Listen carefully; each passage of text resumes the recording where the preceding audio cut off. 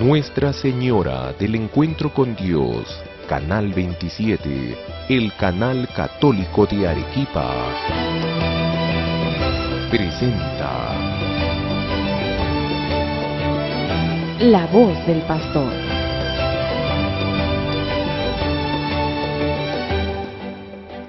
Queridos hermanos y hermanas, nuevamente juntos en La Voz del Pastor.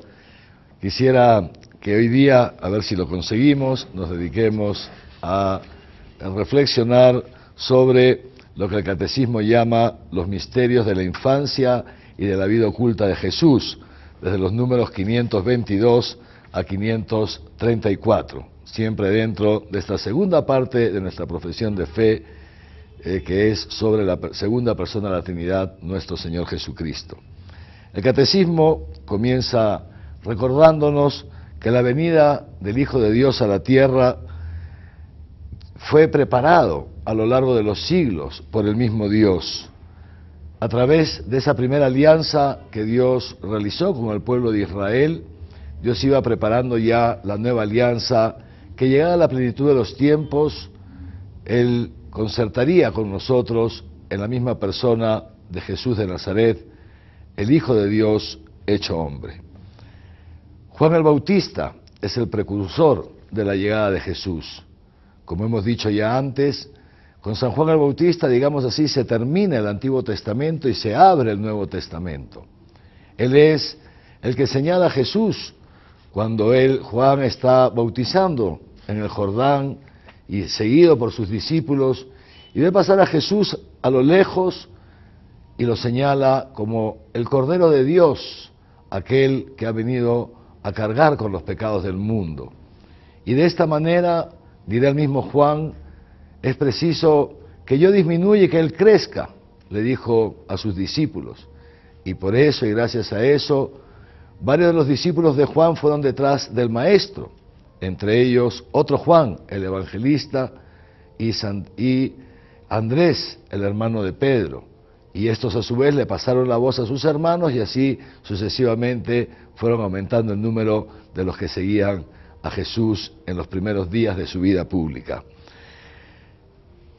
Normalmente, como decíamos también en nuestro encuentro anterior, la figura de Juan el Bautista tiene una presencia predominante durante el tiempo del Adviento, que es el tiempo que nos prepara la Navidad. Y junto con Juan el Bautista, también, por supuesto, decíamos en nuestro encuentro anterior, la Santísima Virgen María, aquella que con su fiat, que al someter su voluntad a la voluntad de Dios, hizo posible que el Verbo, la segunda persona de la Trinidad, se encarnara y que entrara a este mundo para salvarnos. El Catecismo, en los números 527 y siguientes, nos habla de los misterios de la infancia de Jesús. Todos tenemos ya nuestro catecismo en la mano, espero que todos me estén siguiendo con su catecismo, así que quisiera que vayamos juntos al número 527, que nos habla de la circuncisión. Como todos sabemos, José y María eran judíos. Jesús, en consecuencia, también era un judío, un niño judío, y después fue un adulto judío. Y como a todos los niños judíos, al octavo día de su nacimiento tenían que ser circuncidados. Esta circuncisión, que solamente la realizaba el pueblo de Israel, era el signo de la pertenencia a la descendencia de Abraham. Esto significa que Dios, al entrar en el mundo, quiso entrar formando parte de un pueblo. ¿Y de qué pueblo? Pues del pueblo que Él mismo se había escogido como heredad. La circuncisión de nuestro Señor Jesús, entonces, es la entrada al pueblo de Israel, la entrada a la descendencia de Abraham, y es a través de ese pueblo, como ya lo habían anunciado los profetas, que nos ha venido a todos la salvación. Jesús, como lo dirá él mismo en el Evangelio, vino en primer lugar para la casa de Israel. Pero no solamente para la casa de Israel, porque Dios quiere que todos los hombres lleguen al conocimiento de la verdad y se salven. Ya lo había anticipado haciendo los profetas. Entonces, es a través de Israel, a través de su participación en el pueblo de Israel, que Jesús quiso poco a poco ir ampliando esa misión.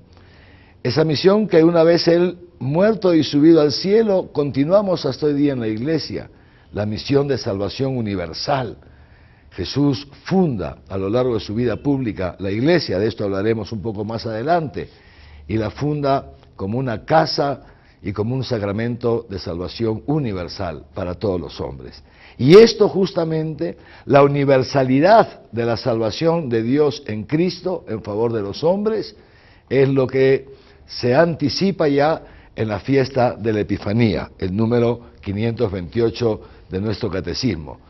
La fiesta de la Epifanía, que nosotros comúnmente conocemos como los Reyes Magos, ¿no es cierto?, los magos de Oriente, que son pues estos tres seres, digamos así, tres personas que venían de lejos, que no formaban parte del pueblo de Israel, pero que Dios les revela de un modo, digamos así, misterioso, a través de una estrella y de otras maneras, los guía hasta el encuentro con Jesús cuando todavía era un niño y estaba en un pesebre.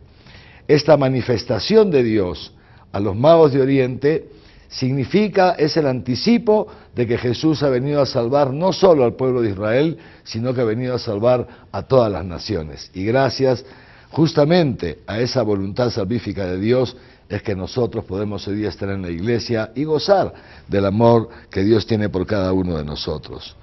Por eso, queridos hermanos y hermanas, la iglesia celebra siempre, pues con tanto cariño, con tanta devoción, la fiesta de los Reyes Magos. Pero luego seguimos, avanzamos con la vida de Jesús, la infancia de Jesús, y nos encontramos con otro episodio muy importante, la presentación de Jesús en el templo, el número 529.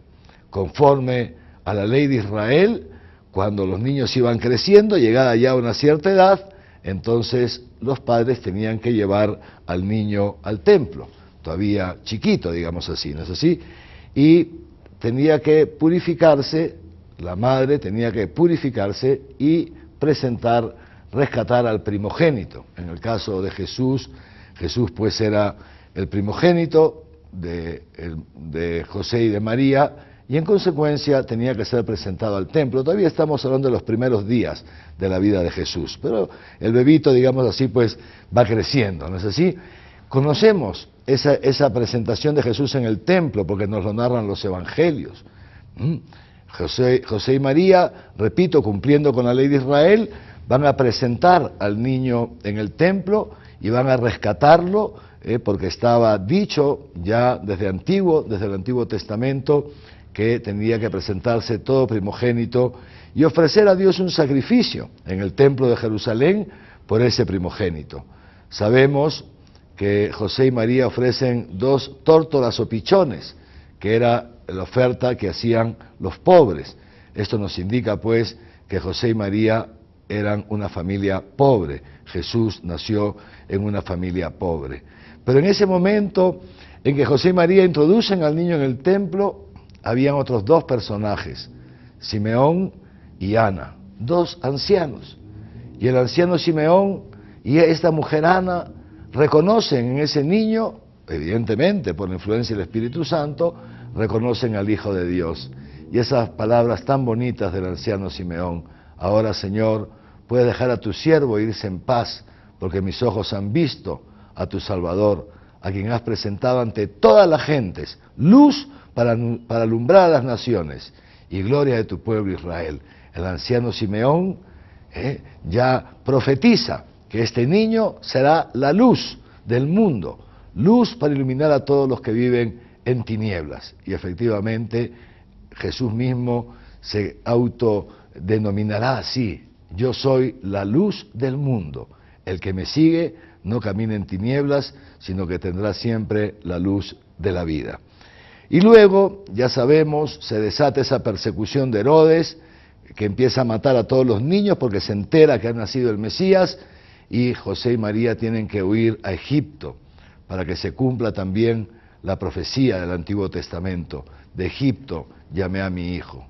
Este misterio de la huida, Jesús ya desde pequeñito, fíjense ustedes cómo ha entrado Dios en el mundo sin tener un lugar donde nacer, siendo perseguido por la autoridad política, por la autoridad pública, Y efectivamente esto marcó su vida, la incomprensión hasta la muerte y la muerte en cruz.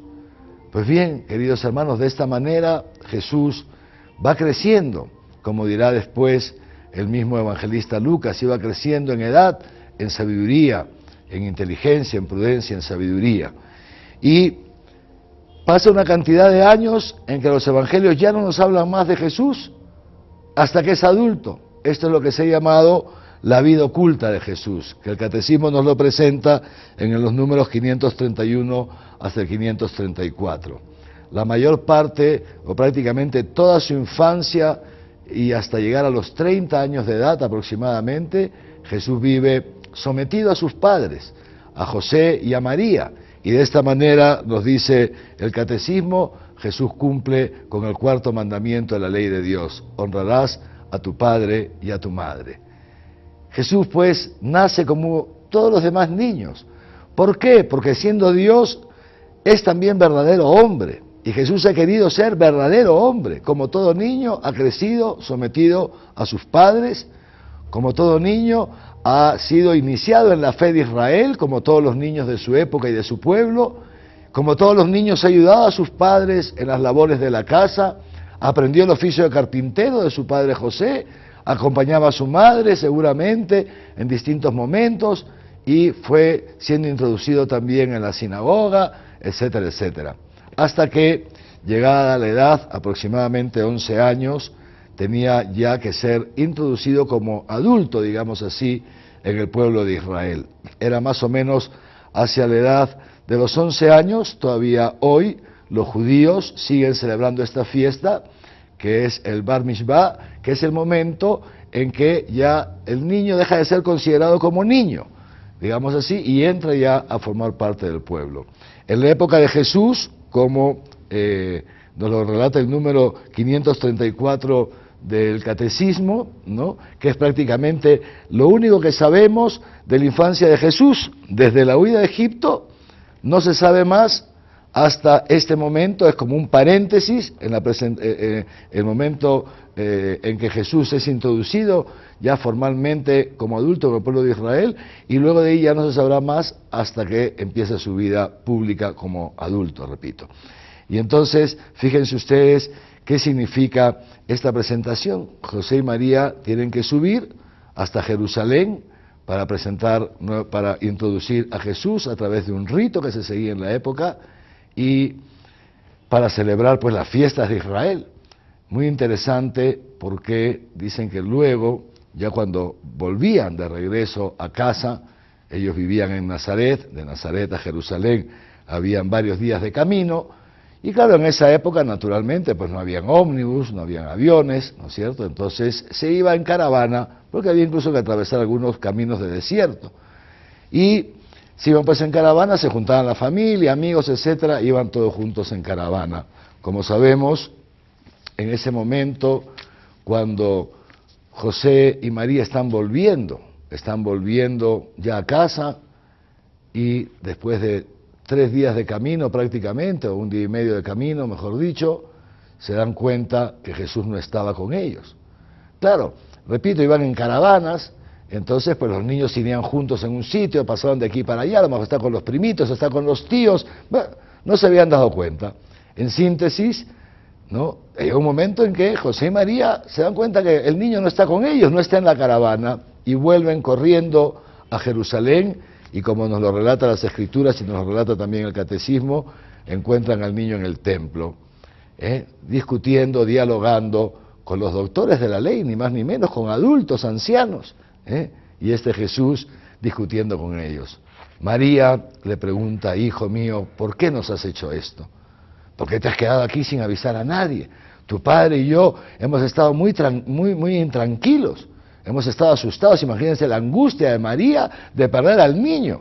A cualquier mamá le angustiaría perder a su niño, mucho más a la Virgen María, que sabía que ese niño era Dios, que ese niño no era un hombre normal.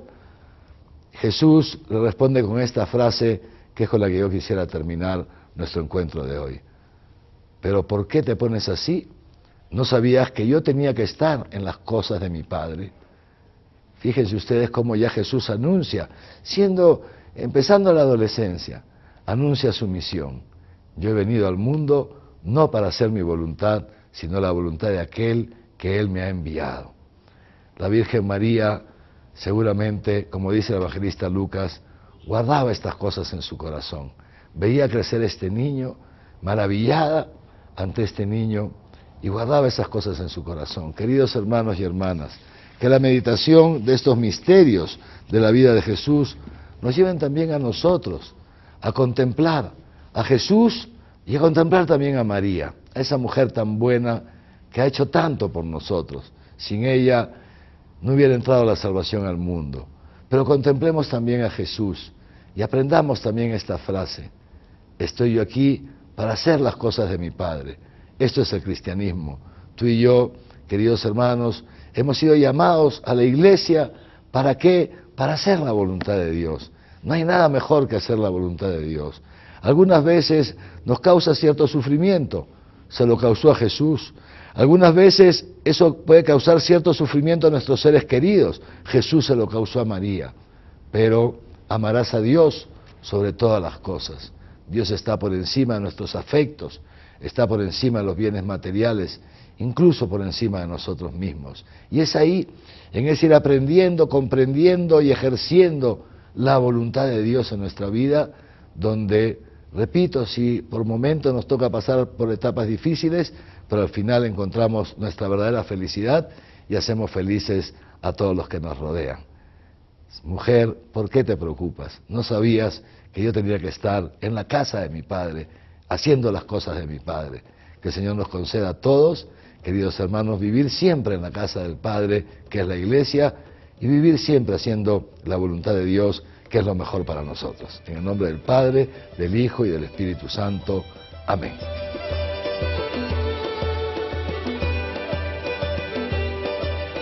Nuestra Señora del Encuentro con Dios, Canal 27. El Canal Católico de Arequipa presentó La voz del pastor.